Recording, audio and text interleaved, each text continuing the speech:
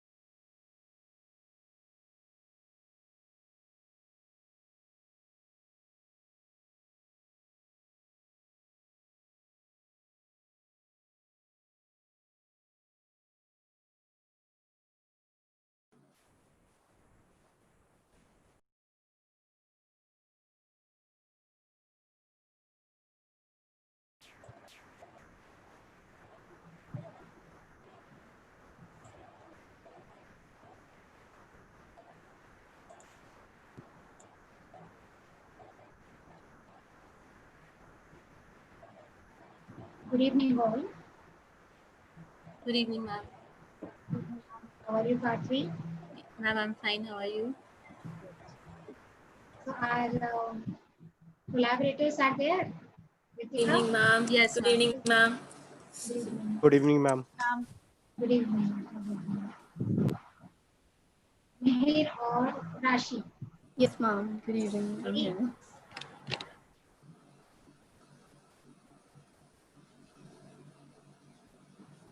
So, dear participants, today we are having two speakers with us. One is Dr. A. Nagaratna. She is an associate professor in National Law School, India University, Bangalore. And one more is Mr. Osama Suhail. He's an advocate and founding partner of ANZ Laws. He's also cyber expert, and Dr. Nagaratna is also cyber expert. Yes. Dr. Nagaratna is in. Okay, Dr. Nagaratna is here.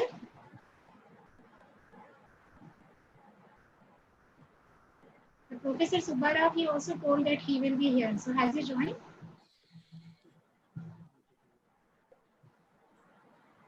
Welcome, Dr. A. Nagaratna.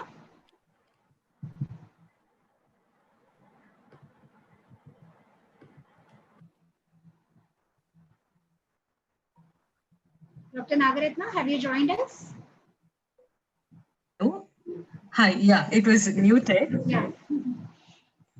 Hello, good afternoon. How are you? Yes, I'm fine. How are you? Good, good. So we will start with the Sure. session. Yes. Okay.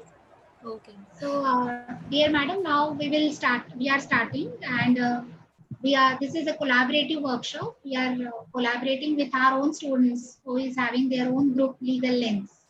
Right. So we welcome you, and now I am handing over to the moderator of the day. Yes. Good evening, everyone.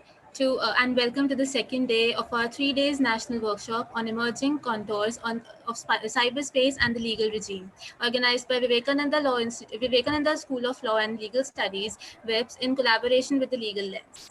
Today we have with us Dr. A. Nagaratna, Associate Professor at National Law School of India, University, Bangalore, for our first technical session of day 2 of this 3 days national workshop. Dr. A. Nagaratna would be sharing her expertise with us today on the topic, the role of intermediaries and the intermediary rules. It is difficult to mention all the achievements of our esteemed guest, but to name a few, Ma'am is currently heading the Advanced Center on Research, Development and Training in Cyber Law and Forensics at NLSIU, Bangalore, as the coordinator. She was a fellow at the ASLI, National University of Singapore, Visiting Research Fellowship Award 2012. She has contributed to the state's policies and practices as a member of various working groups, expert panel, academic review committees, to name a few. She has edited 5 books on cyber laws and has authored chapters on cybercrime laws. She has published books, several articles, and contributed chapters to various international and national books.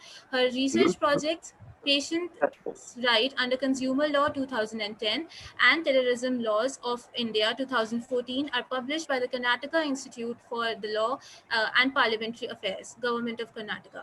She has received honorary citizenship of Texas, Director Emeritus, Global North Texas, USA 2017. She is a member of various professional organizations, including the Indian Society of Criminology, Indian Society of Victimology, and All India Law Teachers Congress, India. We welcome you, ma'am, and we are very grateful for your presence. Now I would request ma'am to begin with the session. Thank you. Thank the organizers for giving me this opportunity. I'll just share the slides. Just give me a second.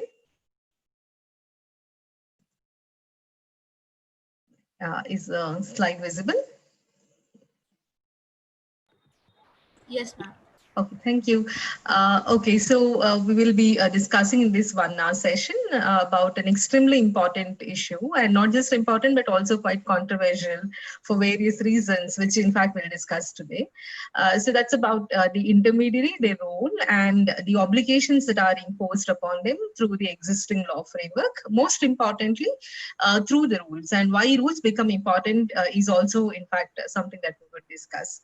Now, why this whole issue of imposing liability or obligations upon intermediary? It's for the reason that the intermediaries today, in fact, play an extremely important role on the cyberspace, since they are the ones who connect us, who give us this platform that's used for communication, which is also used for official or non-official transactions, which can include e-governance related transactions, e-commerce related transactions. So since they provide the platform, they are the ones who connect all other stakeholders, but themselves become extremely important stakeholders. So considering this, the law should look at 2 important aspects. One, safeguarding the interests of the intermediaries as against unreasonable legal liability, at the same time holding them responsible, because sometimes you see towards them when you want to impose the regulatory framework. So the law would become redundant if you're unable to impose it, if you're unable to implement it because of lack of coordination with all the stakeholders, including intermediaries. So therefore, that raises a lot of legal questions, including like, why do you impose liability on them? To what extent? If not liability, what are the other obligations that intermediaries should be subjected to?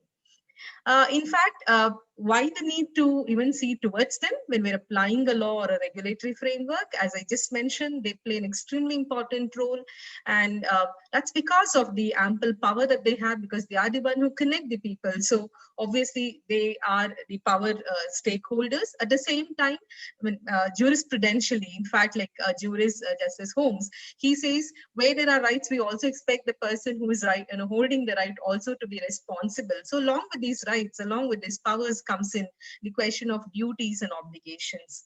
So therefore, it's important that we impose some extent of liability on them and also subject them to certain obligations. So hence the need of even looking for a rule like the intermediary rule. So therefore, we should in fact see them more as a stakeholder in this entire process of administering criminal justice system, administering the overall legal system, which involves civil as well as criminal justice system administration. So all of this gets more facilitated provided intermediaries also play their role. At the same time, it's a very controversial issue. Like, should you even hold them liable for what third parties do on their platform? So, should they be exempted or not is the question that often comes up and is in fact a controversial issue. While on one hand, there's a school of thought which says they should be held responsible because it's on their platform that these many times the abuse of the technology takes place, the cybercrime takes place, or even like unless they are held responsible, you cannot promote the e-commercial transaction in a better way. So there's an argument which is in favor of imposing liability on the intermediary, holding them responsible, while on the other hand, and it's also because they are the one who connect. So that's the reason which I just mentioned. So they are the one who connect. So why don't you hold them liable is one school of thought. While on the other hand, the other school of thought is in fact more in favor of the interest of the intermediaries. And the argument is that when it is the third parties who are conducting the offense on my platform, why should I be held liable for what third parties do, since I'm only giving you the connection, I'm only providing you the platform, and for the acts done by others, why should I be held liable? So that's how this argument began. Though most of the legal systems, including India, initially started imposing obligations upon them with a law that allowed, that provided for imposing liability upon intermediaries. But since this resulted in a lot of controversy, debate and all, we also had to change our law. I'll come to that aspect little later.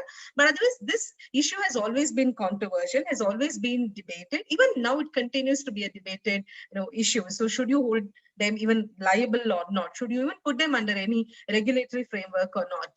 But since, as I said, they are supposed to be an important stakeholder, so you need to hold them liable. So therefore, the law should address both. The consent law should balance both the interests. One is, in the interest of public, you should make them responsible to an extent.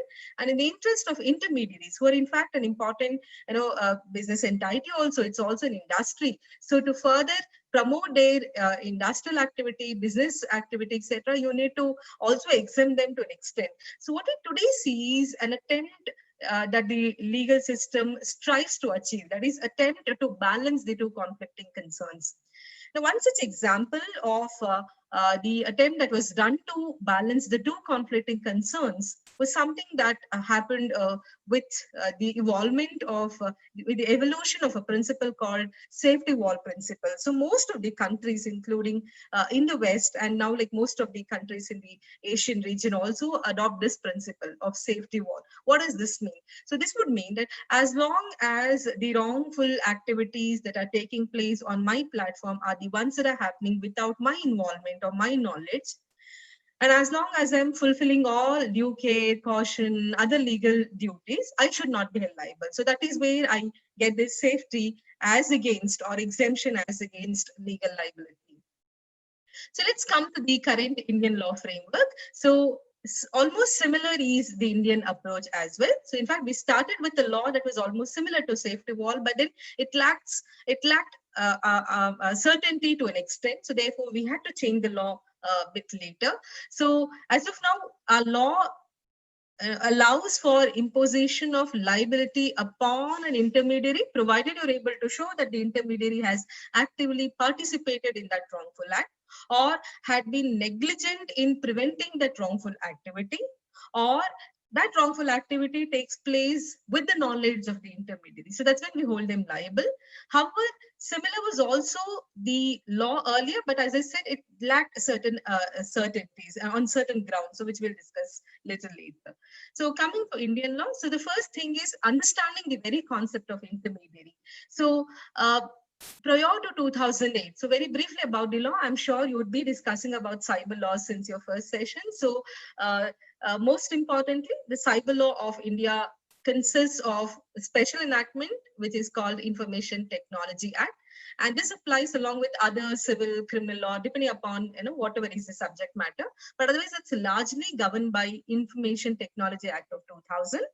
And the initial object of the act was promotion and recognition of e-commerce, e-governance. And for that, you had to also legally recognize documents, electronic documents, etc. So with that approach, the entire law was framed in the country. However, we had to shift the focus from promoting e-commerce, e-governance to that of regulating crimes in 2008. And therefore, in 2008, we amended the Information Technology Act. So the same amendment also brought in clarity with regard to an intermediary's liability, and not just about the liability, but it also clarified the concept of intermediary. So till then, till 2008, the law was using terms like ISP, Internet Service Provider, or Network Service Provider. So thereby, it was a very narrowly defined concept. So therefore, the provision related to that was also narrower. However, in 2008, we have inserted the term intermediary in the place of NSP, and intermediary gets a very wide definition, and it's defined under section 2W as what you can see on this slide.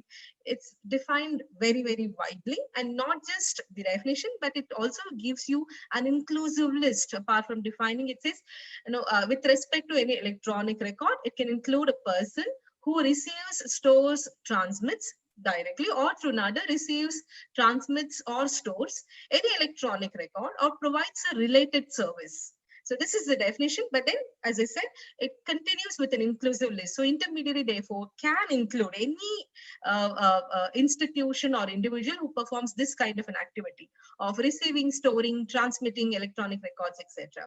And it includes telecom service providers, network service providers, internet service providers.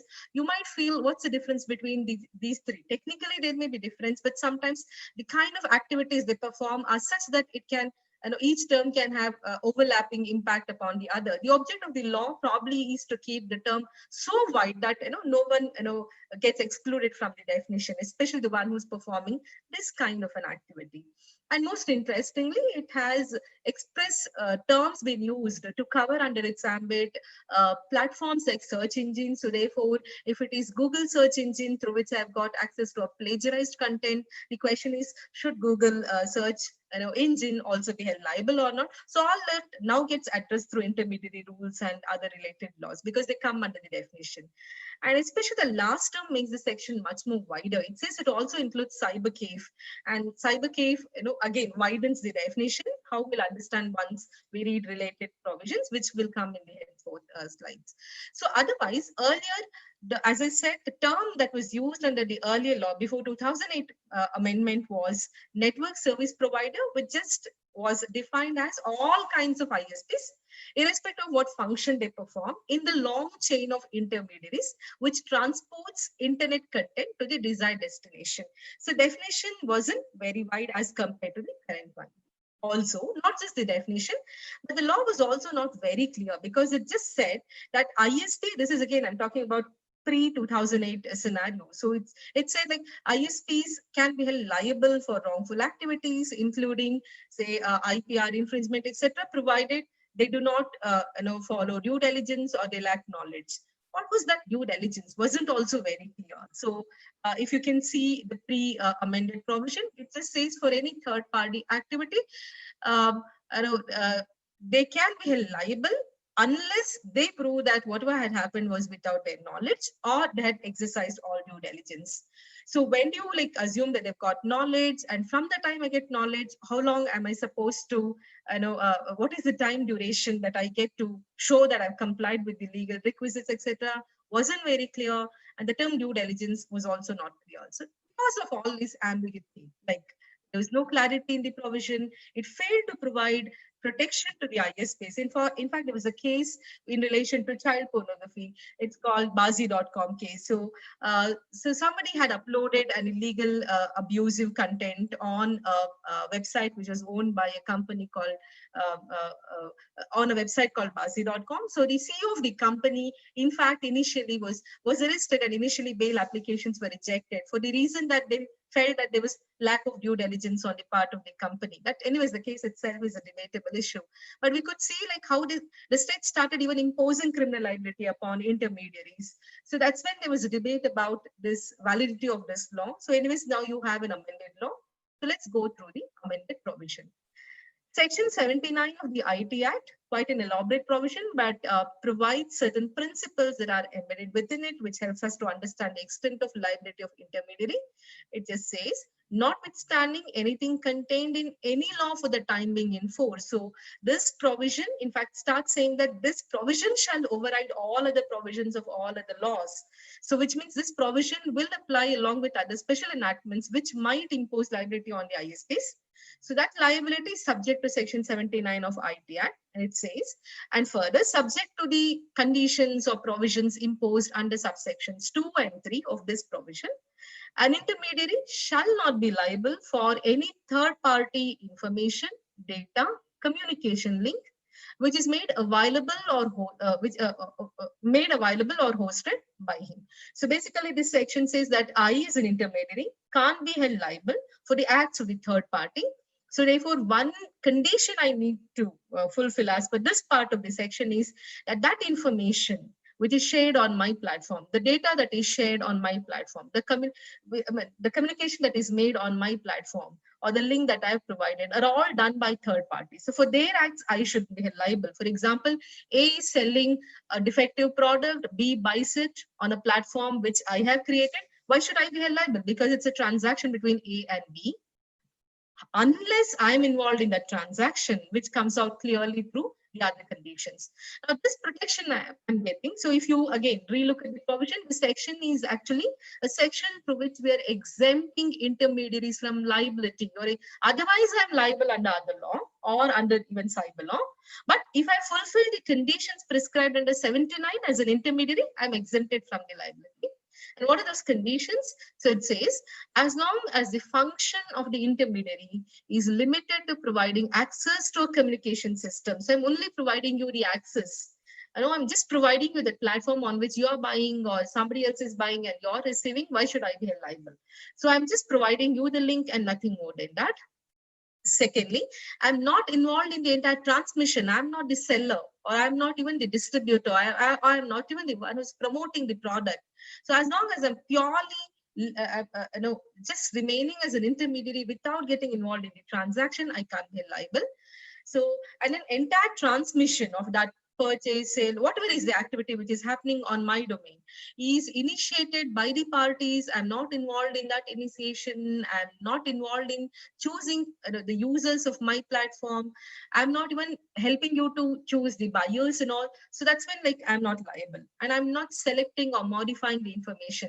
So for example, if you come out with a product retail, you're the one who's uploading it on my domain. I only allow buying and selling transactions on my platform. So you're uploading details about the product, somebody reads it, buys it, so I'm not liable. So as long as I'm not directly involved, I'm not liable. And the condition is, as long as I also observe due diligence while discharging my duty under this enactment, or also by adhering guidelines which are prescribed by central government, I shouldn't be held liable. In essence, there are set of duties that are imposed on me. As long as I fulfill those duties and I do not actively participate in the transaction, so then I can't be held liable. This is how the law is prescribing conditions subject to which I can enjoy the exemption. Further, the law says that unless it's a case where I have conspired to the illegal activity, or I have abetted, that is encouraged, I have aided, or I've induced, I've encouraged, I've provoked, I've promoted illegal transactions, etc. So in that scenario, I can't get exemption. So unless my direct involvement is there, or my involvement to show that I've conspired, abetted, induced, etc. is there, I can't be held liable. Further, they say, once I get to know about an illegal activity happening on my domain, upon receiving actual knowledge, or upon being notified by appropriate government or by the government agencies like police, or say certain computer emergency response team, or maybe Minister of Home Affairs, any other stakeholder, so any other government agency, suppose brings to my knowledge that there is an illegal activity happening on my platform, and I despite getting to know about this, I failed to expeditiously remove it. I failed to expeditiously act upon it. I failed to expeditiously disable access to such content. So only then I can be liable. For example, if you relate it to Bazi.com case, so if there is a child porn content which is uploaded on my website, as soon as I get to know, I'll have to disable it. And how do I get to know? Either somebody is informing me by writing to me or otherwise, or government agencies sends me a notice, or maybe I get a court order. So upon receiving knowledge or notice about it, I should expeditiously act. What is expeditiously? Initially, law wasn't clear, but now it's quite clear because of the rules, which we'll discuss a little later.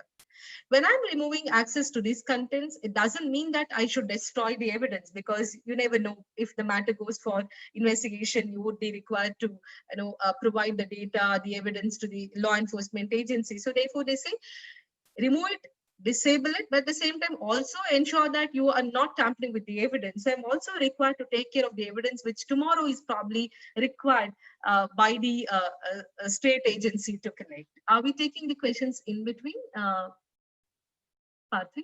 Or next? Ma'am, after the session. Okay, fine. Thank you. Okay. So, so this is our provision. This is section 79. And our provision, this current provision is almost similar to most of the other legal systems, as is mentioning the safety wall principle of like IPR, legal regime of other countries, as well as EU directive on e-commerce. It's almost similar. So what we see is no longer there's a unnecessary, unwarranted burden which is imposed upon the intermediary. As long as they're doing the duty, they're not contributing to the illegal activity deliberately, they can be exempted from liability. Otherwise, they can be held liable. Now, this section has, in fact, a statutory explanation which helps us to understand a term which is quite important. It says, for the purpose of this section, third-party information would mean any information dealt with by an intermediary in his capacity as an intermediary. So as an intermediary, I'm not doing anything more than providing you the platform. So in that regard, whatever else has happened, if it is because of third party, so that is something for which I'm not responsible, unless you show that I've failed in fulfilling the requirements. So summarizing this section helps us to understand that there are three conditions that will have to be proved by me to be exempted from liability. First, that I've not actively participated in your illegal transaction or any illegal transaction that has victimized you. So I'm not involved in the transaction would also further mean I'm not even involved in initiating transmission, selecting the person who is reading that content or who is getting into that transaction. So I'm not involved in that content, creation, etc. So that way, like Bazi.com case, had it taken place today, maybe we would have had a different decision, especially the bail-related issue. So since we say expeditiously, and expeditiously now also comes with certain reasonable time framework that's been granted, we would have had a different decision. But what happened initially in this case, so especially when the bail matter had come, so initially the court had rejected the bail matter, saying that you got to know about this and you still did not remove it immediately. Further, the court also made an observation saying that you didn't have filters in place, so therefore that itself is failure of due diligence. I again clarify that this was the observation made by the court while hearing bail application. So anyway, simultaneously, there was case filed to quash the entire case. So initially, the Delhi High Court quashes the case under IPC, saying that when you have IT Act, so why do you need IPC? So try the matter under special law. Special law would mean cyber law. So they partially quash the matter. Then further, the matter goes to Supreme Court, and Supreme Court quashes the case against the CEO, saying that when you've not, name the company as a wrongdoer, you cannot hold an officer on behalf of the company as a responsible person. In the sense, had you framed the charge against the company, you could have also held the officers on behalf of the company responsible, subject to other legal requirements and all. But this is a case where they not even book the case against the company. They just straight away book the case against the officers of the company, including Avnish Bajaj, who was the CEO. So for this reason, the case gets affected in Supreme Court. So otherwise, not having filters and all this observation that the code makes helps us to understand that what the code looks for is whether you've done your due diligence or not, whether you've done that minimum requirement or not. So that's one condition where I'm not actively involved in committing the wrong. And for example, in this case, so maybe what is the thing that was expected from my side as a part of due diligence is at least immediate removal of illegal content. The moment I get to know, I should have removed it or I should have blocked access. Right. And in this case, in fact, it was brought to the notice of the company by some person's email ID, by some person's email that was written to the company. But since the email was received during the weekend and all, so it was not immediately acted upon. And by then, a lot of people had access to this illegal content. So the other condition is that I do not know what's happening on my platform, but that doesn't mean that I sleep over my duty and then say I didn't know what was happening. So yes, absence of knowledge, despite being careful, despite being taking due care, caution, etc. Despite that, if something goes wrong without my knowledge, so that's when I get the exemption. So this is the law, and which tries to balance the two concerns. The question is, what do you mean by due diligence? Due diligence can come in form of many things. So one is like, what any other reasonable man would have generally done in the same situation. Something similar is what is also expected by me as an officer of a company or as an intermediary, if we are discussing it with respect to intermediary.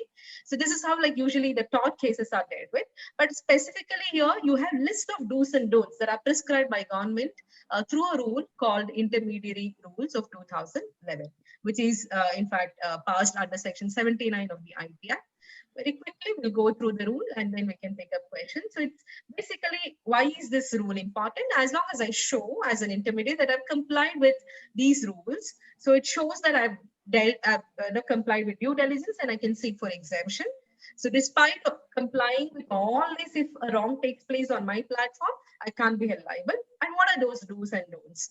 Rule 3 says that the intermediary should firstly publish on his website the set of rules and regulations, including about privacy policy, user agreement between him and the users, etc. For example, if you take Facebook as an intermediary, Facebook on its website should publish a list of do's and don'ts so that the users know what they're supposed to, what they're allowed to do, what they're not allowed to do on Facebook. So that makes the policy clearer, and this policy should also be with reference to the privacy protection. For example, if I'm running a website, I should say that users should not be posting any content which will breach privacy of another. So simple list of do's and don'ts, if are there on your web page, is enough as an intermediary to fulfill this requirement of rule 2. Further, it says I should inform my users not to host, display, upload any content which comes under following category. Firstly, that which belongs to another person and you've not taken permission to upload it. Basically, here we're talking about right to privacy, confidentiality of another. In fact, today this becomes an extremely important issue because of what the Supreme Court has recently reiterated in Puttaswamy case by saying that right to privacy is a part of right to life. So therefore, when you're publishing any content, not about yours, but somebody else, and it's got to do with their personal information, personally identifiable information. And on that, if you do not have right, you cannot upload it. In fact, this is something that is still not being very seriously taken in our country, but then in the Western country, we're already hearing cases about imposing liability upon individual users for uploading contents that doesn't belong to them. Very recently, there was also a case of holding a grandmother liable for uploading photographs of grandchildren without taking permission of parents. That's the extent to which law is evolving in the other country. But anyways, every law should also be backed up with social, cultural norms of a society. So otherwise, you're not supposed to upload privacy breach contents on intermediaries platforms, and this should be told to the users by the intermediary.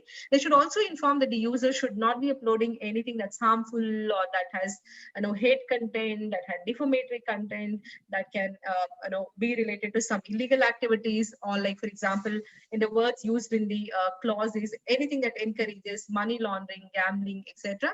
So for example, suppose I'm uploading some content on an intermediary's platform, which can create panic in relation to COVID-19 situation. That is something that needs to be restricted, at least in form of these kind of rules. So shouldn't be encouraging those kind of postings. Any content which can harm minors, for example, child sexual abuse related contents or online grooming of children related contents. So these kind of things shouldn't be encouraged, shouldn't be allowed to be uploaded. Any content that infringes intellectual property right of another. So I've written an article that if somebody is uploading it without the consent of the author, or anything that violates any law would also include every or any law that applies in the jurisdiction, including constitutional law, universal privacy, etc. will again come into picture. Or can also include laws like Epidemic Diseases Act, which now bars you from uploading contents that can create panic or alarm about the Epidemic Diseases Act. Or now, because of the tensions between India and the other neighboring countries, if there are any restrictions that are imposed in the forthcoming days through rules, etc., posting anything as against those rules can also be seen as violative of the existing law. Or any content that can mislead or deceive the addressee. For example, if I'm creating a fake profile on Facebook, Facebook can bar me from doing it. Or anything that can impersonate another, that is stealing identity of another. Or any malwares, if I'm posting that, or spreading malwares by using that platform, or anything that threatens unity, integrity, defense, sovereignty of the country, etc. So basically, they say like as a user, you shouldn't be uploading any of this content. So this is one of the requirements that the intermediary is supposed to fulfill. That is asking their users not to do so and so things, or not to upload contents relating to so and so things. Secondly, the intermediary should also not personally host or publish any information, or should not initiate any transaction, any transmission, in person. So this is in accordance with what was said in the provision also, as long as you're not selecting the recipient, you're not like selecting the contents, the users, etc., which means you're not actively participating in the transaction. If you do so, you'll lose the exemption benefit. So therefore, you shouldn't be involved in hosting, publishing, etc. I'm only providing platform. That's when I'm exempted. For this, you have a provision which says that, however, like if at all it's what gets posted on my website is only because of the technical nature of the system, then okay. As long as I'm not like involved intentionally in that transaction, so I will be exempted from liability. Now, what about the cases like, when some people just upload illegal contents online? For example, a lot of such incidences, in fact, we've been hearing from various sources of information, including media. So one such example is like where there's a case of teenagers, who had the allegation is that they had gang raped another teenage schoolgirl, and did a recording of the same and uploaded the same on social media platform, and later started using it to blackmail her. So what should be my responsibility as an intermediary? So for that, Rule 4 says the moment you get to know about such a content being hosted on your platform, you'll have to immediately block access to this, right? So that's what even the section said. And reading the section along with Rule 4 says that block it. But the section said expeditiously. What is expeditiously? We weren't sure. Even in Avnish Bajaj's case, we weren't sure like what is that expeditiously would mean. So, but now rule says act at least within 36 hours. The moment you get to know, from then at least 36 hours is the duration within which you will be required to disable such content.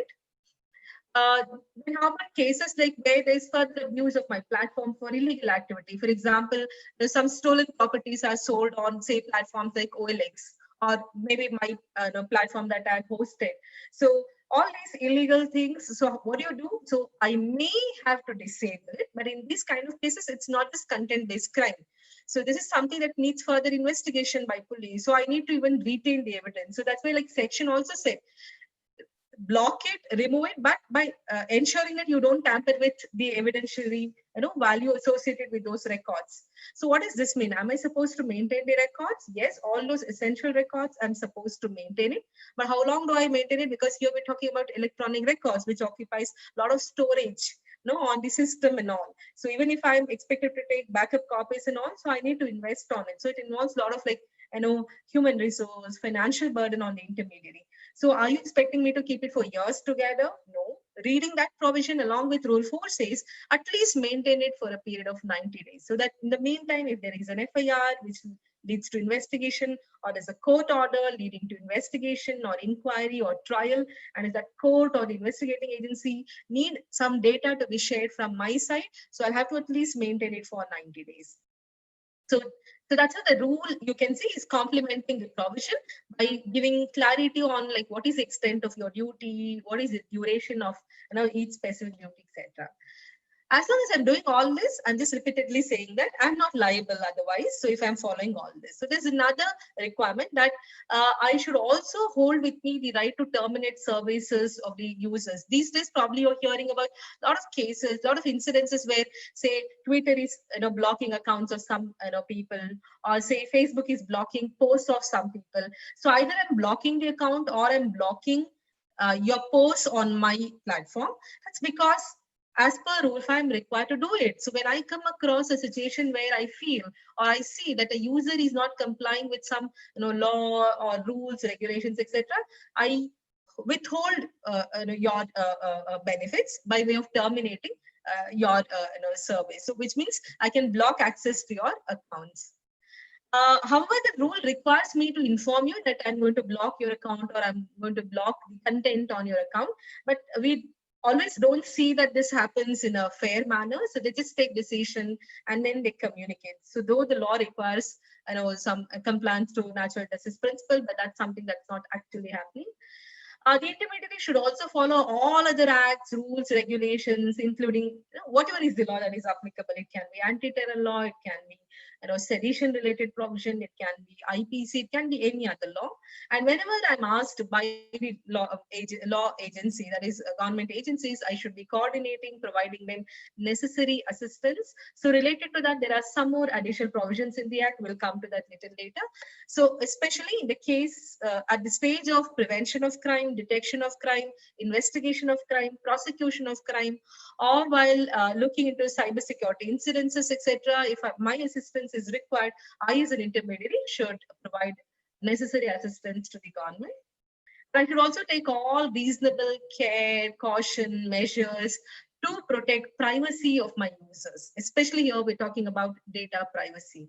And if you've had a session on data privacy, probably would have discussed these rules. So otherwise also, we have section 43A of the IT Act, which says that any company or any individual who's handling personally identifiable information or sensitive personal information of any people. So when we say like personally identifiable information or sensitive information, we're referring to information of natural persons, that is information of human beings. So if my company is collecting such information, I should take care of privacy, confidentiality of that information. And if it gets leaked, I can be liable under 43A. And that 43A also has rules, almost similar to 79 rules. 43A also has 43A rules. And that requires the company to show due diligence by way of complying with those rules. Now, as an intermediary, if I also fall under 43A, that usually happens. As an intermediary, knowingly, unknowingly, inevitably, deliberately, I might end up collecting a personal data. For example, as a Facebook platform, I'm collecting personal data of my users. So therefore, I will automatically also fall under 43A. So therefore, 79A rules, that is intermediary rules, requires me to also follow 43A rules. That is also protect privacy of my users. Whenever there is cybersecurity threat incident that takes place that I'm aware of as an intermediary, I should immediately share the information about the same with the important agencies. And in fact, they've named Indian Computer Emergency Response Team as one such agency to which I should immediately share the information. For example, like a few years back, we saw how WannaCry, malware started affecting a lot of our systems and all. So let's assume it's still like in the entry stage, it's still about to affect our systems, and I get to know about this as an intermediate. I should bring it to the notice of certain Computer Emergency Response Team. So intermediary further is he's required not to knowingly deploy, install, modify technical configuration of systems, and should also follow with all technical requirements, including ISO standards, which are prescribed from time to time. Despite all this, if there are any complaints that my users have, I should have a grievance officer in place. For example, let's assume you're a user and you feel that your data privacy is breached by another user, and you don't want to go to the court, you just want to sort it out over here itself. You should be allowed to come to me with a grievance, and then I should have an officer who will hear your grievance within reasonable time. And for this, I should set up the institutional framework. as long as I show compliance to all these. And then despite this, if an illegal activity takes place, so that's when I get exemption from the law. So that's about like 79, the rules framed under 79. So and basically, I'm not saying that ISPs or intermediaries are never liable. They can still be held liable provided you show that they have actively involved in the crime or in any other illegal transaction that has taken place through them or on their platform. Secondly, or if you're able to show that they failed to follow, comply with due diligence. Or thirdly, you show that whatever has happened is with their knowledge. So presence of knowledge, absence of due diligence, or active participation are the three grounds under which I can be liable. In the absence of the three, I cannot be liable. And that's the law framework. In addition to this, I would say like at certain stages of like legal process, etc., of ensuring cyber safety, etc., the intermediaries are expected to coordinate with the law enforcement agencies. So there are three sections which we can quickly go through and then take up questions. So one such provision is 69. 69 empowers the state government to conduct interception, internet monitoring, or even to get things decrypted if they're encrypted. So, but then this is more done in the interest of state, etc. See, when I'm saying that state can intercept, that means that there is an extent of violation of my right to privacy, my right to freedom of speech, expression, etc. So it might become unconstitutional. So to prevent that invasion on constitutionally guaranteed fundamental rights, the law says that you will allow internet monitoring, interception, decryption, etc. only on certain grounds. What are those grounds? The grounds are that such interception becomes necessary in the interest of national security, sovereignty, integration, or it's essential to prevent commission of a crime, etc. So basically all the grounds are similar to Article 19(2) of the Indian Constitution. So on these grounds, if the state wants to intercept my internet activity, if the state wants to decrypt my encrypted content, they can do so. And for that, they have a procedure established under 69 rule. 69 read with the rules framed thereunder. And when they're doing that as per the legal procedure, etc., so that's when the concerned state agency, if they approach me and ask me to assist them in encrypting, decrypting, monitoring, intercepting, I should provide them the assistance. If I fail to provide assistance, I can be held liable under 69. Similarly, 69A says that whenever the state agency decides to block access to any content on the internet, that's again on the same ground, similar to 69. And if you feel that some content on the internet is going to affect sovereignty, integrity, security, or is going to lead to, say, abatement of crime, etc., and in the interest of public, you want to block it, you can block it, provided you get blocking orders, which are issued by appropriate authorities. Once the appropriate authority issues the order and you want to block it, you need my assistance, right? You want to block something on Facebook. Facebook should coordinate with the law enforcement agency. So that coordination should be provided by me as a Facebook entity. Otherwise, I can be liable under 69A. Similarly, if the state wants to again monitor internet or monitor data flow, traffic flow, that is traffic data flow on the internet, they can monitor it provided they get permission from the concerned authority, and to do so, they can get the assistance of the intermediaries. A lot of you might have questions relating to data retention and all. Why is the country so particular today about data retention? Now, especially at certain stages, you need the data for investigation of crime, for regulation of criminal activities, or even for adjudicating cases that are pending before the courts, etc. Now, the data is not in our country, so how do you collect it? Now, if the data is available in our country, criminal law allows, it empowers the police or the other similar law enforcement agency with ample power to go and collect the data. In the sense, I as a police officer have powers to conduct search, seizure, etc. Or can come with a warrant and collect those data from the computers that are placed in our country. What if those computers are not in our country? What if they're all located in servers which are outside the country? So that's the challenge. So this raises the question of jurisdiction. And even if theoretically we say that you have jurisdiction beyond the country, practically going and collecting the evidence from there becomes difficult. So that's the reason why today the state is considering to come up with a law relating to data retention. But in the meantime, we have a provision which remotely addresses this concern, and that's 67C of the IT Act. It says that the intermediary should preserve and retain such information which is specified for such duration. So tomorrow, if you get a notice from a court asking you to retain data till completion of the case, you're supposed to retain that data. Or like CRI regulation, in fact, requires mobile service providers to retain data, of a particular category for 1 year. So when you have requirements like that, you will have to maintain it. Now, if you relate it to intermediary rules, so what does the rule say? It says you at least maintain it for 3 months. Now, anyways, the government is considering amendment to intermediary guidelines. So instead of 3 months, they want to increase it to 6 months, but we'll have to wait and see whether that amendment will be passed soon.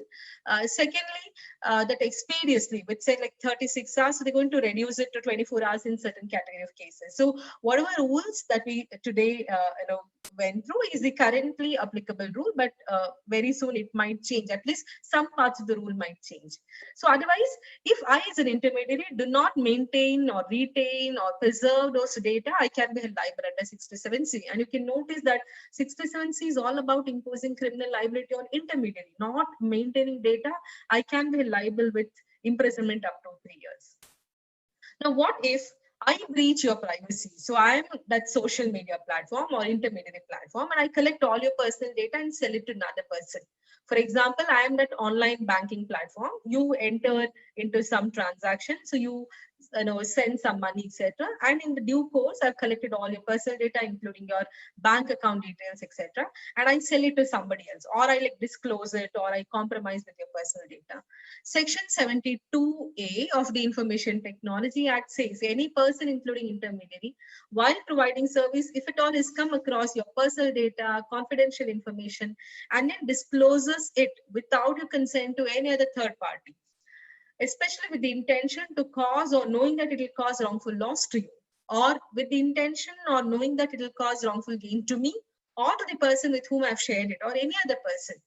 So where there is a wrongful gain of one or wrongful loss of the user, so then I can be criminally held liable under section 72. Again, you can notice, similar to the previous provision, this also involves imprisonment up to 3 years. Now, why these imprisonment up to 3 years becomes noteworthy? IT Act, in fact, says that offences punishable with imprisonment up to 3 years or more than 3 years are cognizable offences, which means that we are treating these as extremely serious offence, and it can involve criminal case being investigated by police also. However, most of the offences are IT Act available, but then you have a provision which says unless these offences are against women, children, or state, they're not bailable. In the sense, when it's seen as an offence against state or is against women, children, etc., they become non-bailable. So which means, again, we're adding to the seriousness of the offense. So therefore, suppose as an intermediary, I've disclosed a content that will also affect the sovereignty of the state, security of the state, etc. So I can be booked under this section as well as under other anti-terror law, etc., or like other provisions of IPC. Since then it will be seen as an offense against the state, so my chance of getting bail is also affected. So that's about the law framework. Then in addition to this, I also mentioned how like intermediary definition becomes wider because we use a term under the definition, and that's cyber case. So cyber case is an important term because of which the IT Act becomes more wider in terms of imposing liability on intermediary. Why am I saying so? If you look at the definition of cyber case as being defined under Rule 2C of the cyber case regulation. Now, apart from intermediary guidelines, intermediary rules, we also have another set of rules that should apply in case of cyber case. So that's called cyber case regulations, which also came in 2011.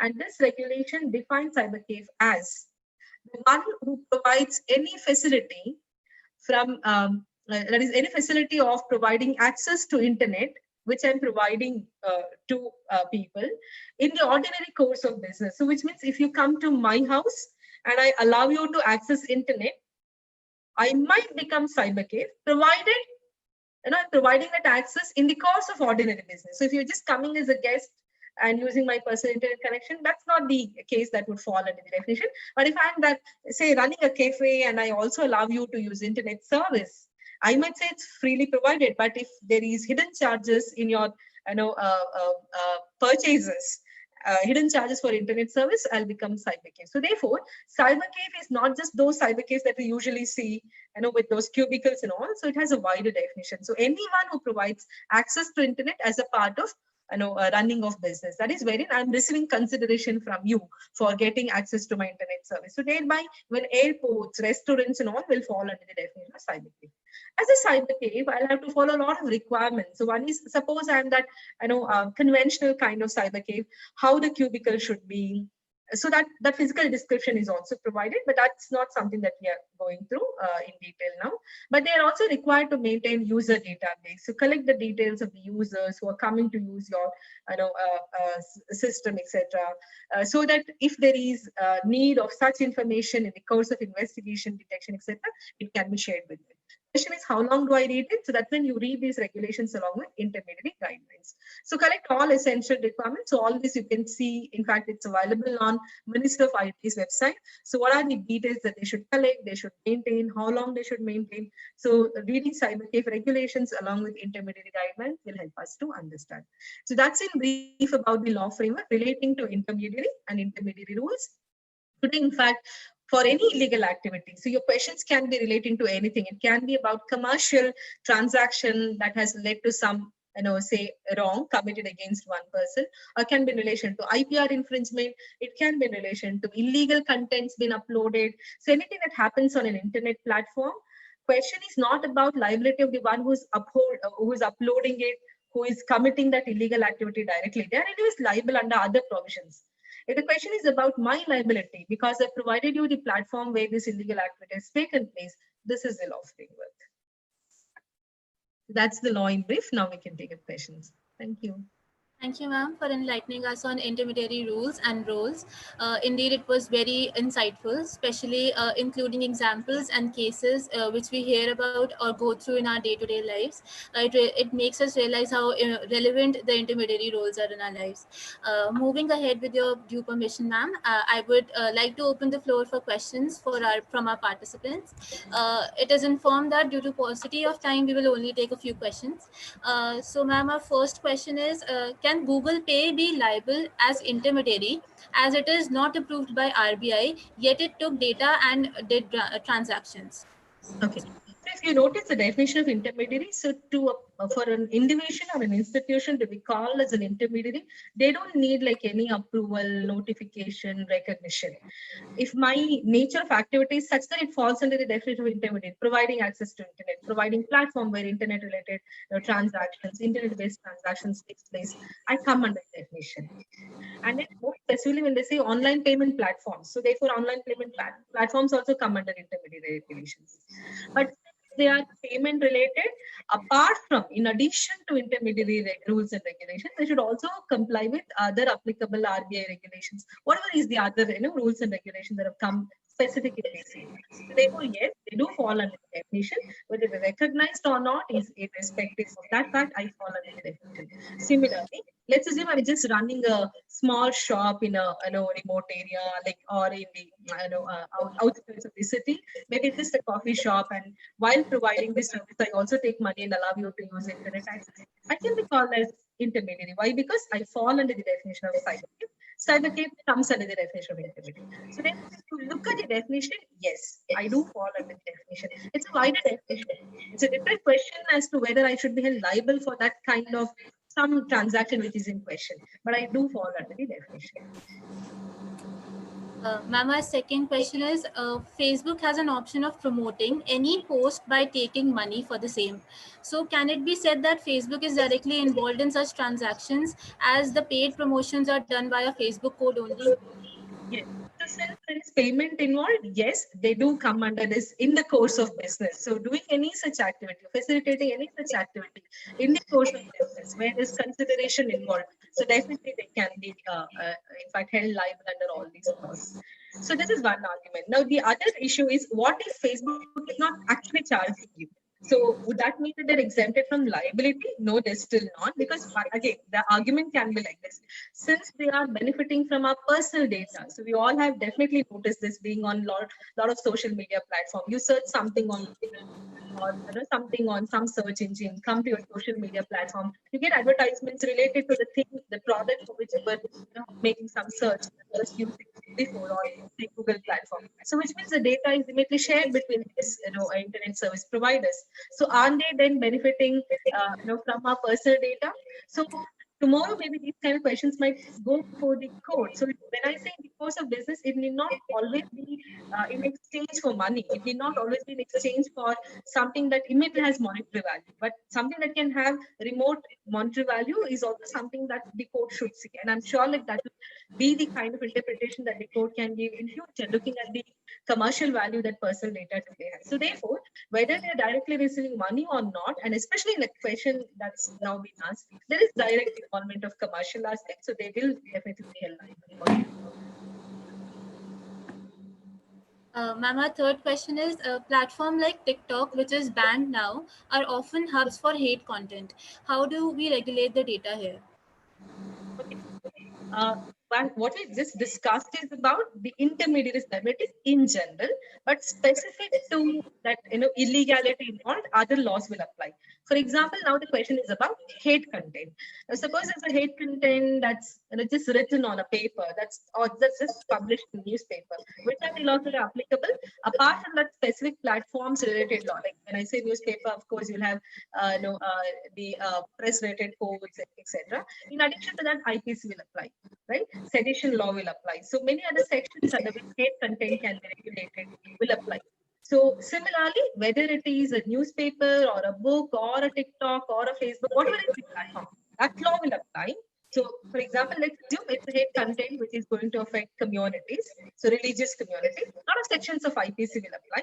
Now, the question is, when you apply that section, I as TikTok, company, should I be liable or not? So that's when you'll apply 79. So similarly, let's assume it's a child porn content, child pornography law will apply in general. Specific to my question, like the question of whether intermediary can also be liable.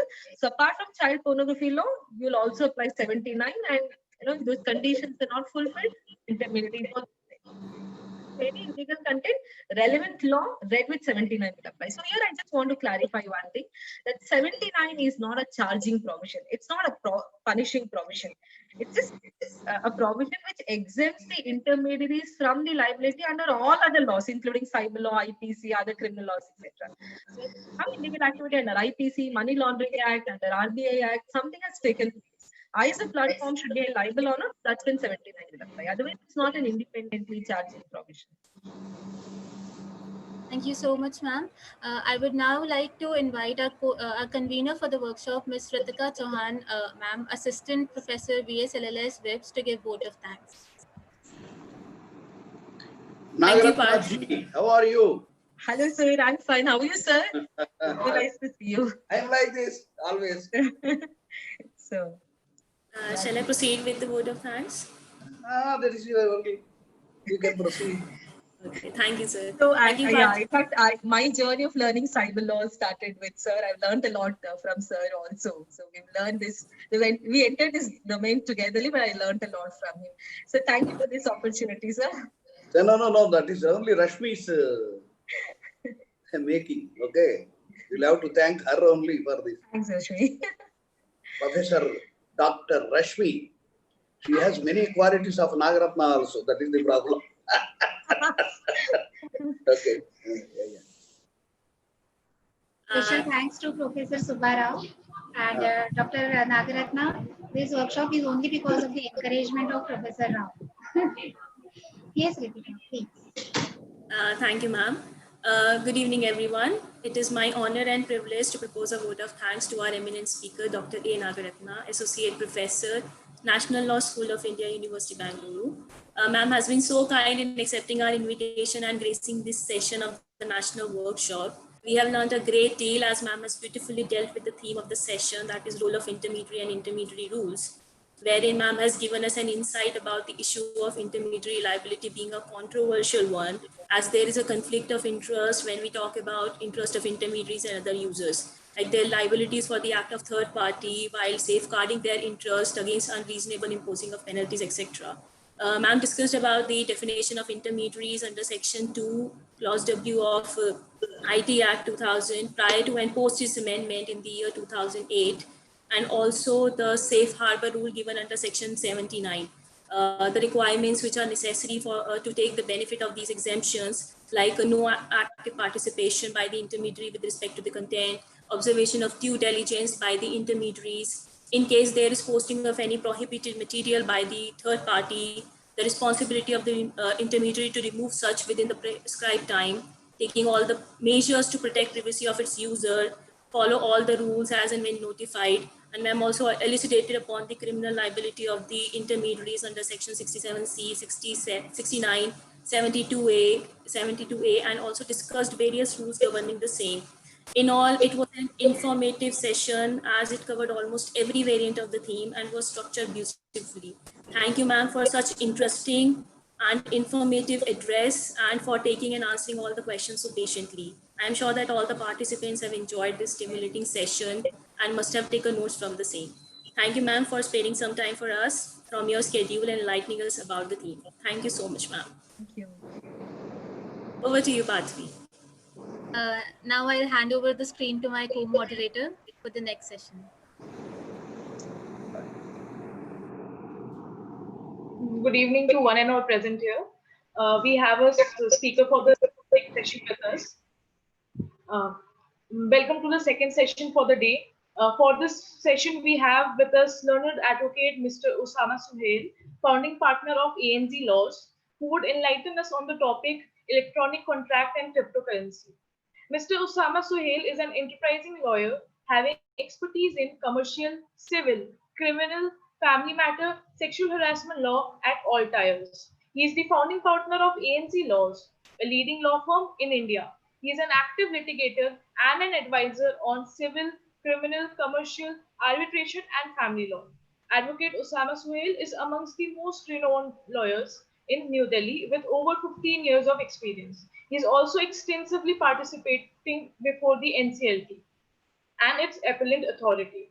He has worked with us. He has also worked in the conflict of law involving disputes over between India and countries like USA, UK, Germany, and Australia quite regularly. Mr. Suhail's illustrious career includes many high-profile cases wherein he represented celebrities from Bollywood, sports, media, investment banker, angel investors, industrialists, and many more. Now, I would like to request Dean Ma'am, Rashmi Ma'am to please welcome our speaker for the next session. Yes. Namaste, Advocate, and welcome to this national workshop on emerging contours of cyberspace and the legal regime. We welcome you to this national workshop, which is based not only on cyberspace, but also we would like to understand all the nuances of this particular act. Because as such, in this particular act, you would find that many of the students and participants, they take a lot of interest to understand. So therefore, we thought that let's provide some platform wherein we can discuss this particular topic. So on behalf of the management, on behalf of the Vivekananda Institute of Professional Studies, as also on behalf of Legal Lens, I welcome you. Please. Thank you very much. Thank you, Pathvi. Thank you, Ms. Rashmi. Thank you, WIPS, and thank you, Legal Lens, and all the students who are here and spending time. What I feel that webinar has become synonymous with the period of the lockdown. For everything, there is a webinar. But I am happy that WIPs have chosen to not make it a webinar, but a workshop, so that at least by the very name of the webinar, we should not get affected by it.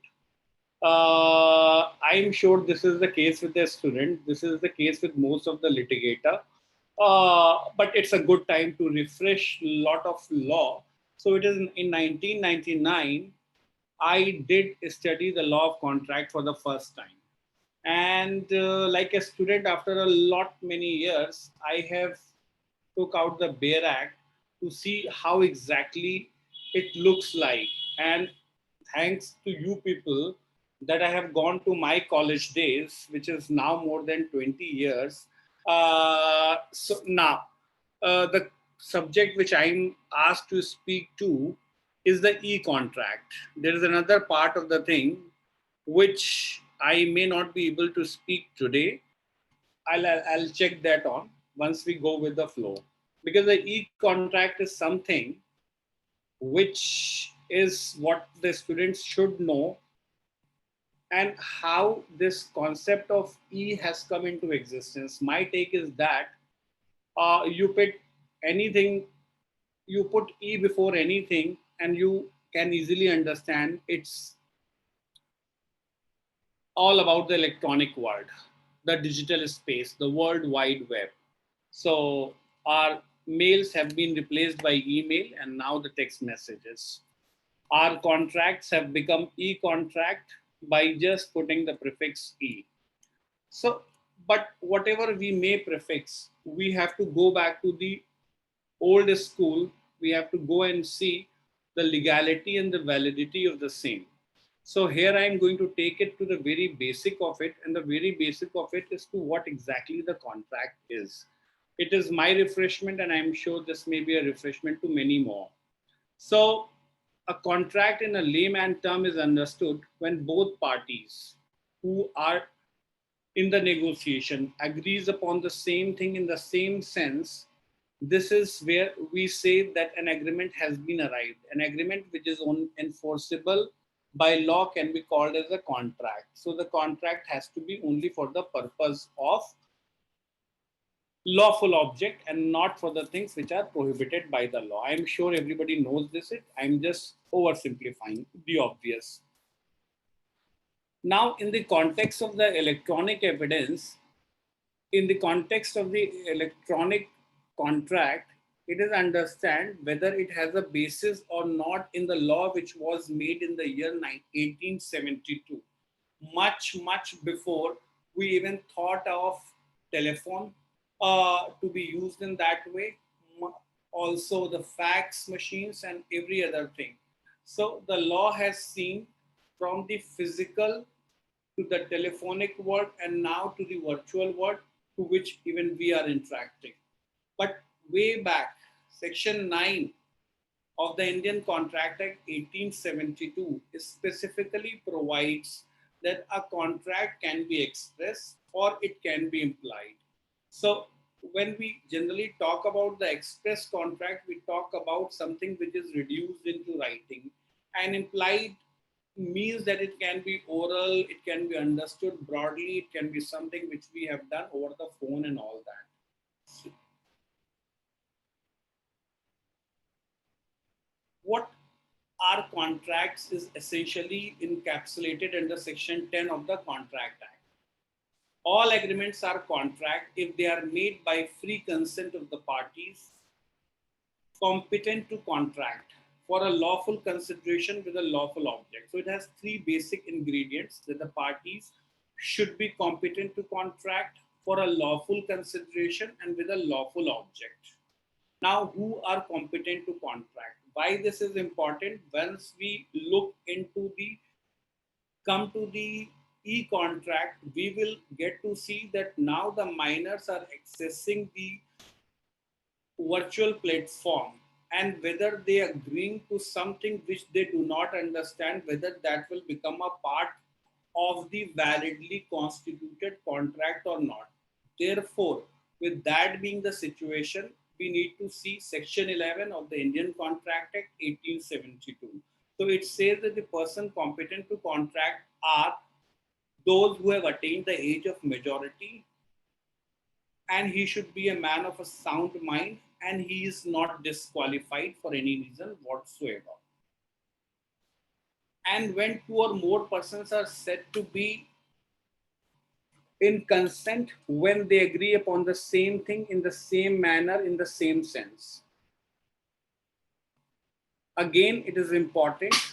Why I am laying this foundation? Again, once we go into the e-contract, the relevance of this section which was laid down way back in 1872 would be of relevance. So free consent is defined under Section 14 of the Indian Contract Act, and a consent is defined as free if it is not caused by coercion, undue influence, fraud, misrepresentation, or mistake. Also, it is very important to keep in mind that in order to have the things going, to decide whether a contract is a rightful contract or not, the consensus ad item is one thing, and along with that, the another thing is both the parties must have a real opportunity to review the proposal and decided on whether to accept or not. Every day, all of you enters into hundred of agreements through your browsing experience or while downloading the apps. The question is how many times you have the real opportunity to review the proposal and decide whether to accept it or not.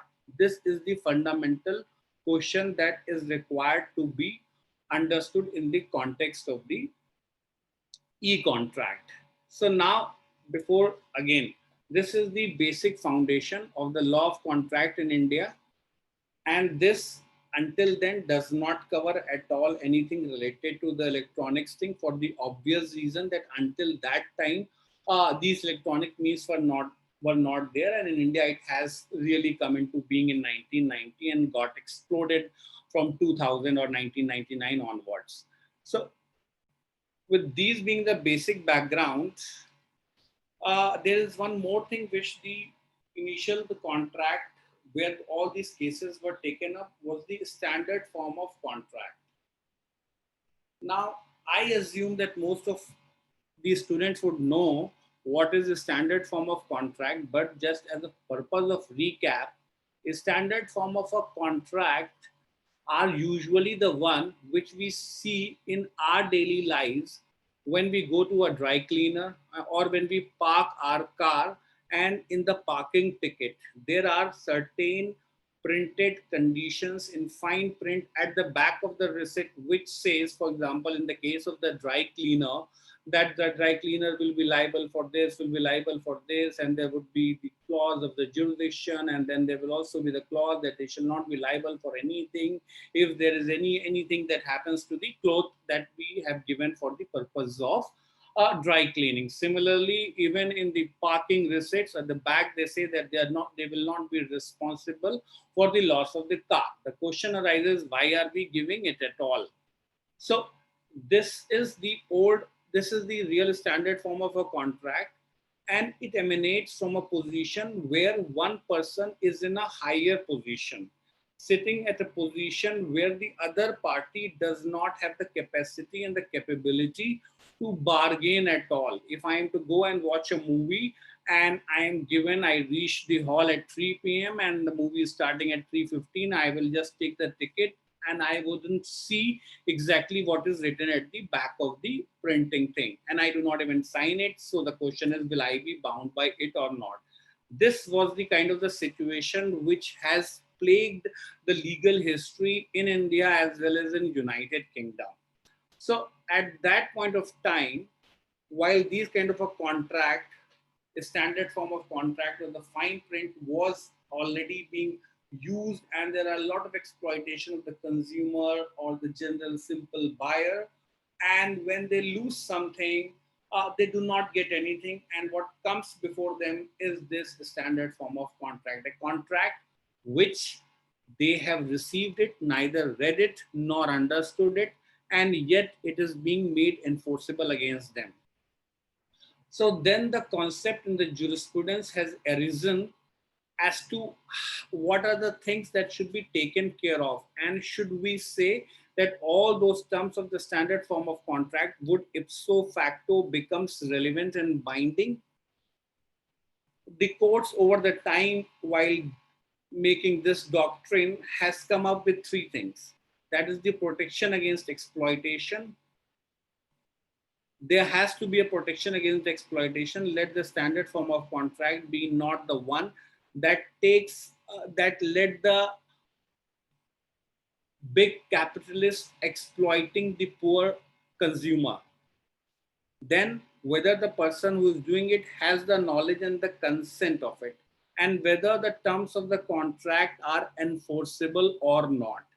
So with these being the different kind of a jurisprudence, and also at the later part of the development of this doctrine came that it should not result in the fundamental breach of the contract. So if I give my car to the at the service center and they say if anything happens to the car, we shall not be responsible. This is their responsibility to keep my car in the right condition, in the condition as it is, beside discharging the duty for which I was availing the service. So once there is a fundamental breach of the duty and the terms of the contract, then it is not enforceable against me. So that are the kind of the thing which has got in the protection of the consumer or the buyer. Now, these unreasonable terms in India, if we take the history of it, they are covered in two sections. One is Section 16 of the Indian Contract Act, the other is the Section 23.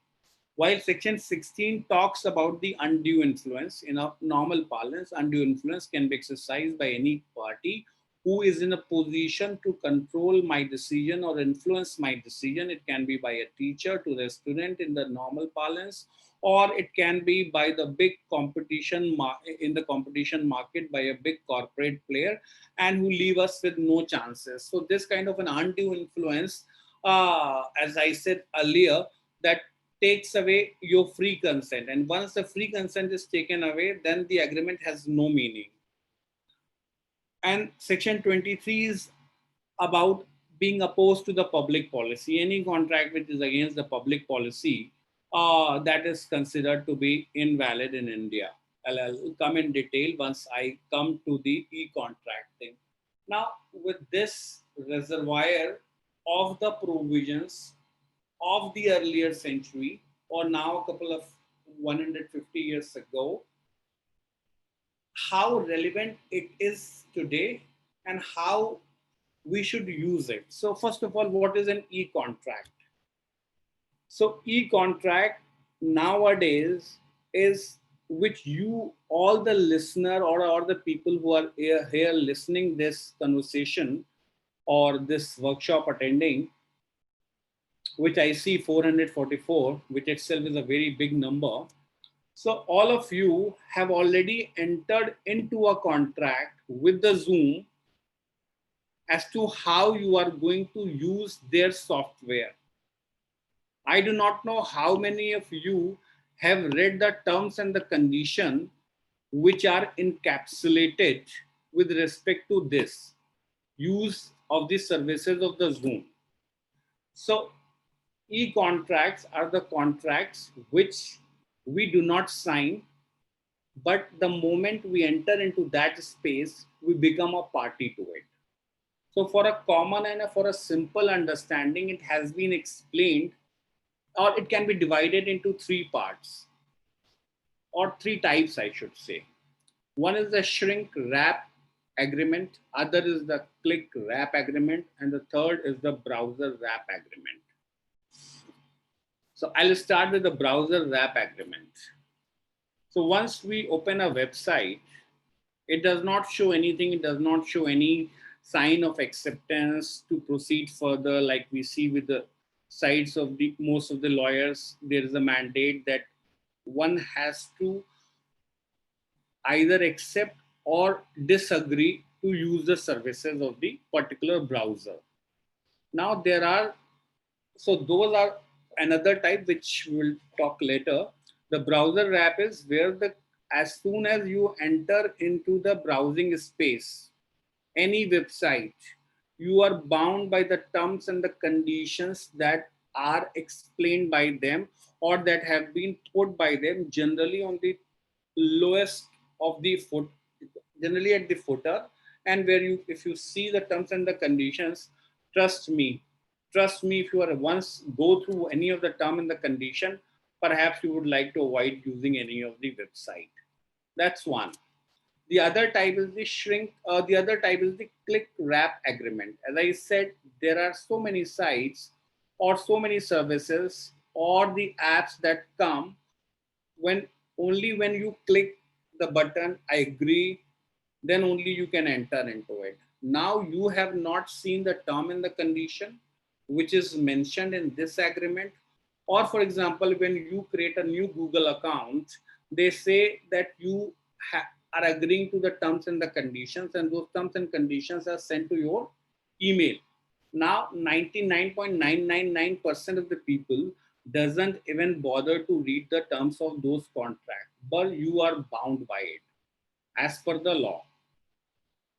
Then comes the shrink wrap agreements. Shrink wrap agreement, as the name itself says, it is an agreement which is generally used to buy the generally comes along with a box where there is an agreement which is inside the plastic wrap, which we see when we get a CD for the purpose of installation of certain software. So the moment you just cut or the plastic part of that box, then you are bound by the terms of the agreement. You have not even opened the agreement, you have not even seen it. The moment you cut it through the plastic, you are bound by it. So this is the shrink wrap agreement. So it is in these three broader categories. We have the contracts, e-contracts, which are working. Another old contract which used to work in a different world is the contract through emails. So lot many countries, rather I should say, there are two parties who are sitting at two opposite ends of the pole and across the globe, and they are entering into the agreement. So they are exchanging a lot of terms and conditions over the email. So by exchanging and broadly agreeing yes to it, they are bound by the terms of the contract. And then there are certain old rules which would not be applicable in this kind of a agreement. Now the question arises, we have understood that these are the different types of agreement. We have understood the previous law about it. But is there a provision which gives any legal recognition in India to the same? My answer is yes, there is a provision. That is section 10A of the Information Technology Act 2000. This section 10A has been inserted by way of an amendment in 2009. Section 10A says, and which I'm reading it for a broader understanding as to what was said before, in between and now. So Section 10A says that the validity of contracts formed through electronic means, wherein a contract formation, the communication of proposal, the acceptance of proposal, the revocation of proposal and acceptances, as the case may be, are expressed in electronic form or by any means of an electronic record. Such contract shall not be deemed to be unenforceable solely on the ground that such electronic form or means was used for that purpose. This gives the complete legal authority to all the contracts that are executed between the parties over the email or through all these mode of different types of the contracts, as I just said, whether it's a shrink wrap agreement or click wrap or the browser wrap agreement.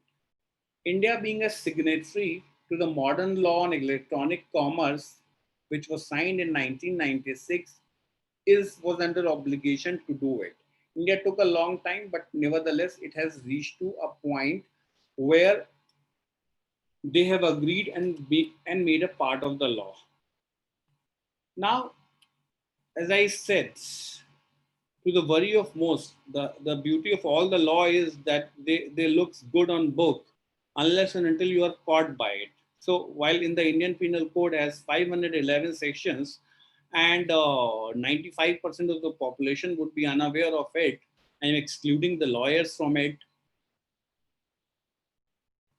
But as soon as it is enforced against you, you tend to become better than the lawyer, at least against the section which is used. So this is where the awareness to the general people is also very important as to what entails once they enter into any website or install any software or otherwise install any application, the web application that we nowadays use, and how does it affects your privacy, and how does the provider of these software or otherwise the owner of these websites takes your information, and do you have a protection against them? They have so many protection against you. They have the protection reduced into writing by way of a contract which none of you know, which is sometime exported in your email, or otherwise the very agreeing by clicking on it makes you bound by it. So these issues, to what extent you can be subject, you can be put into difficulty, and how the court has interpreted it. So the court has interpreted in various ways at different point of time. So I'm just taking you to two kind of a situation. It is a case which is known as the Hubbard versus Dell Corporation. It is decided by the Illinois Appellate Court. It is in this, there was an arbitration clause which was inserted therein. The question is, for example, in my case, I'm sitting here in India and the website owner is in Australia. I do not know what is contained therein at that point of time. I entered into agreement. I suffered loss because of being entering into it for any which way. Now I want to enforce the terms of the contract. I take up the case, and the moment I try to do anything, there comes an arbitration clause thrown against my face, and that says the seat of the arbitration would be Australia. And now the question arises, am I bound by it or not bound by it? The answer lies in two tests which the court in this case has laid down and which has made it more relevant. First of all, they say that there should be a reasonable notice on your website about the clause that you are saying that the person is going to be bound by it. In this case, the Hubbard versus Dell case, there were two things which were done. Initially, the terms and the conditions were explicitly mentioned, A, and then not only that, the hyperlink was also provided. Hyperlink would be taking to the terms of the contract. So what they said in this case, since there is a reasonable notice and anybody who is using the computer or getting into the world of web would know as to what does hyperlink means, and therefore there was enough notice, reasonable notice, therefore the person who is complaining against the terms of the contracts would be bound by the arbitration clause. So that's how the whole theory has started coming into it. Therefore, you would find a similarity between the earlier position of the standard form of contract and in the present all these different types of an agreement which we call cumulatively as e-contract. Now there is, in order to really understand and appreciate the principle of e-contract, there is a judgment of Honorable Supreme Court of India which is titled as, those who want to take a note of it may do so, which is Trimex International FZE Limited Dubai versus Vedanta Aluminium Limited India. In this case,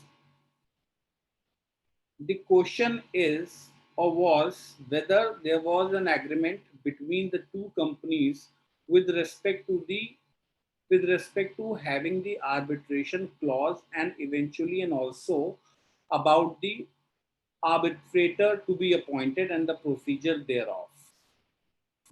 The judgment was rendered by Honorable Justice, now retired, Mr. P. Satasivam. It was decided in 2010. It is in this judgment the Supreme Court has examined lot many things, and eventually, after going through all the emails that were exchanged between both the companies, came to a conclusion that the arbitration clause would be considered as a valid one because the company that doesn't want the arbitration clause to be invoked was arguing on the premise that while there were agreement on certain part, there was no certain agreement on between us on the little part on the part of the arbitration clause. And since we have not expressly agreed on the arbitration clause, therefore we are not bound by it. So rejecting this argument, what Honorable Supreme Court has said, and then the Supreme Court has quoted a few other previous judgments, which I believe is of a great relevance to all the students of law and anybody who is interested in the cyber law. And I'm just now reading out para 20 of that judgment. It is so says, in view of the settled legal position and conclusion based on the acceptable documents, I hold that the petitioner has made out a case for the appointment on such and such. I think I should go a little a para before. And it says that it goes without saying, but the interest of providing the parties a comprehensive review of their arguments, I note that once it is established that the facts CPA is valid, it follows that a valid contract and valid arbitration clause exists. That this contract, the fact CPA, does not suffer from a conditional clause, as did the letter of intent. Thus, the respondent argument that the parties were not ad idem, which means in complete consent, must fail. So this is the judgment that has given the complete recognition to the electronic form. And also, if we look at section 65B of the Indian Evidence Act, it also gives the complete recognition to all these things, wherein section 65B talks about the admissibility of electronic records. Section 65B says, yes, electronic records are admissible, and then it lays the procedure as to what all that need to be given in the form of the affidavit or certificate that we do in a regular course of the thing. So what we can say about the e-contracts, they have become an integral part of our daily lives. They need to be guided so that the interest of all the people like me, like you, who are entering into the web space or otherwise using the applications, and their interests can be protected. As on date, they say that it can be used. I think the law, although passed in 2001 and the amendment came in 2010, there is still many things that we need to arrive upon to have the clarity in India in the legal space as to the relevance of the e-contract, under what condition it can be taken out of the liability on the part of the user. As I said earlier, section 23 and section 16, it is the undue influence, and the section 23 is the public policy, or if a fraud is also committed, or the whole website is all about to design a fraud upon it, then people are protected by it. In any case, I'm not suggesting even for a single second that in a country where legislation is so much so that we often lose account of it, but still there should be enough clarity that comes out that governs this space in clarity, and that's the need of it, and that's the need of the hour. So I think with this, I'm able to do somewhat justice to the concept of the e-contract, and you have been able to relate to what I said. So as regard to the cryptocurrency, this topic itself would have taken another half an hour to 40 minutes. I have gone through it, a technical topic in itself, and a lot of concepts are involved. I can do it only two ways. I can have another session, or I can do it on the Facebook or on the YouTube live whenever the legal lens or the whips asked me to do for it. I have prepared for it, but since I knew that the time is about 40 minutes, and in any case, the students have already spent good 1 hour listening another eminent speaker and putting them to more turbulence is not warranted. That's where I say I'm just stopping at the e-contract and happy to take any question or anything that is being asked to me. Thank you very much. Thank you all of you for bearing me for this. Thank you so much, sir, for sharing your expertise on e-contracts. It was highly informative. Moving ahead with your permission, sir, I would like to open the floor for questions, which we have received through the Google form. It was informed that due to the paucity of time, we won't be able to take all the questions, sir. Understand. I'm happy to do that. So the first question which we have is that so the minimum age required to join Facebook is 14 years. So whether an account by a minor on Facebook would be considered as void contract or valid contract. Further, if such person does any act which breaches the Facebook terms and policies, would the person be liable? Therefore, I say that the law is vague and there is enough gray area and there's too much of a difference between the black and the white. In this gray area, when our law says that the age of majority, in order to have a valid contract, the age of the majority should be attained. In our country, the age of the majority is considered to be 18.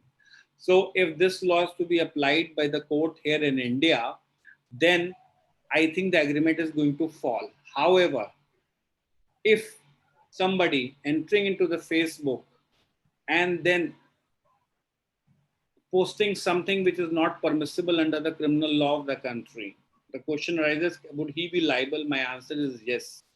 There would be a criminal liability upon the person who is using the Facebook to promote any kind of enmity or hatred or pornography or any kind of a sexually explicit remark about anyone.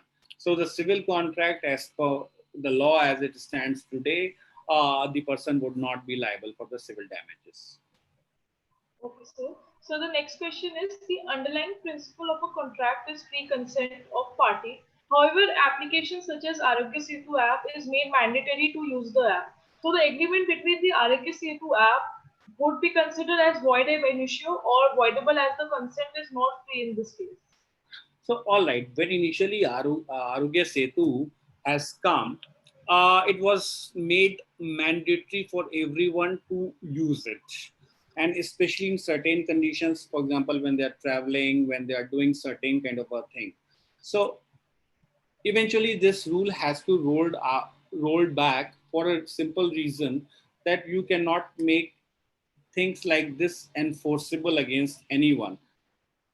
The state cannot do it because it violates the right to privacy and the right to use my decision the way I want to. And also the civil liability can also not be there because then you are exercising too much of a dominance and influencing my position. So it has been made only now upon my consent whether I want to use it or not. And if I am exercising that consent in favor of using it, then I believe I'm bound by it. Okay, so the next question is, what are the challenges faced by e-contracts in cyberspace? The challenges, as I said, your first question was about the Facebook. This is one of the challenge. Similarly, a 17-year-old boy books something and later on the company want to enforce the civil contract upon him. Can it be enforced upon him or not? These are the gray areas. These are the challenges which the court, the section 10A of the Information Technology Act says that it can be considered.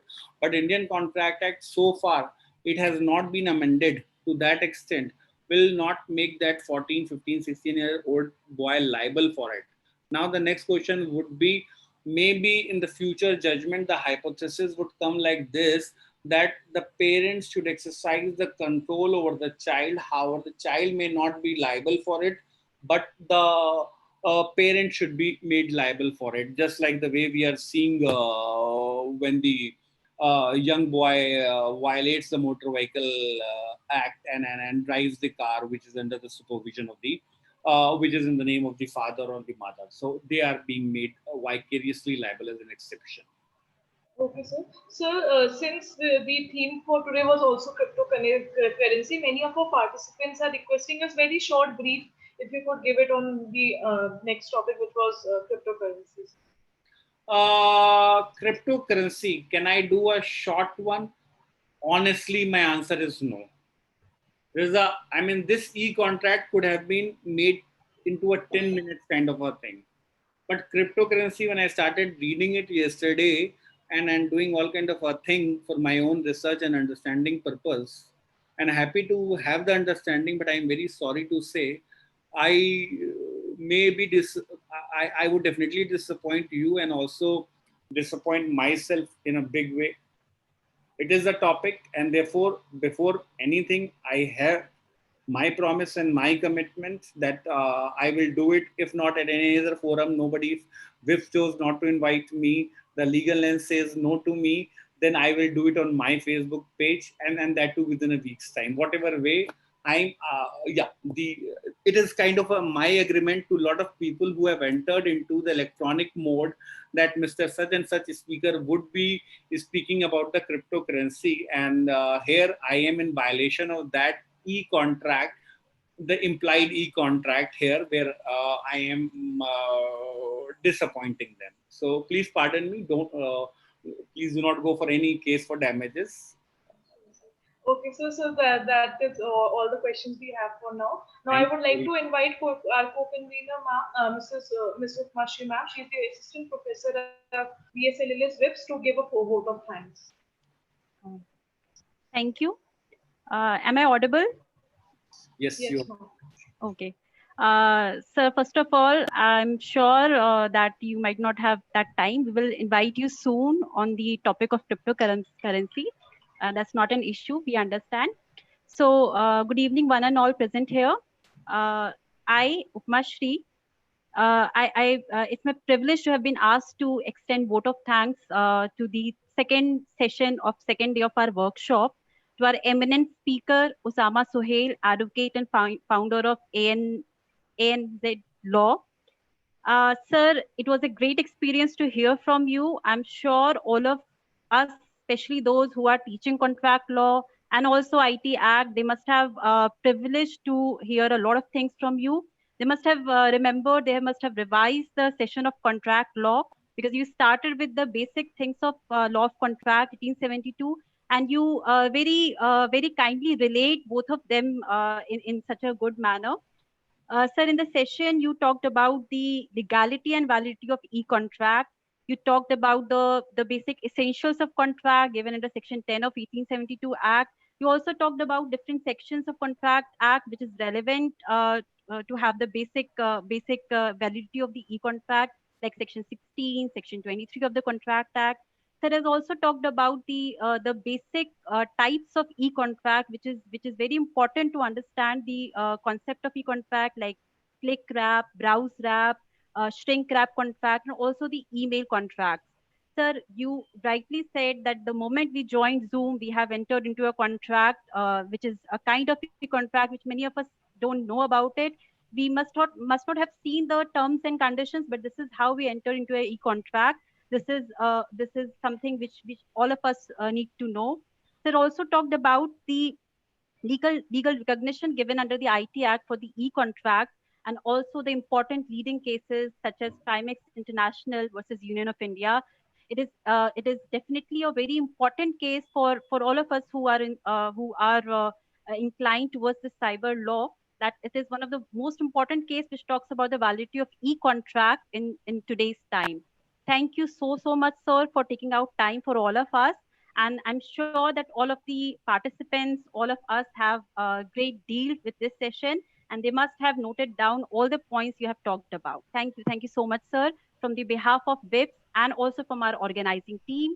At the end, I would also like to thank our Dean, Professor Rashmi ma'am, and also our moderator and technical team for such a support to have such a smooth session. Thank you all of you. Thank you all the participants for being with us. and for sparing time with all of us. Thank you so much. Thank you so very much, Ms. Upma. Thank you very much, Prapati and Rashmi and everyone from the organization. Thank you. Thank you, sir. Thank you. Thank you, sir. Thank you everyone for joining in for day 2 of our 3-day national workshop on emerging contours of cyberspace and the legal regime. We appreciate your participation. Thanks again, and we will see you tomorrow for another session. Good evening.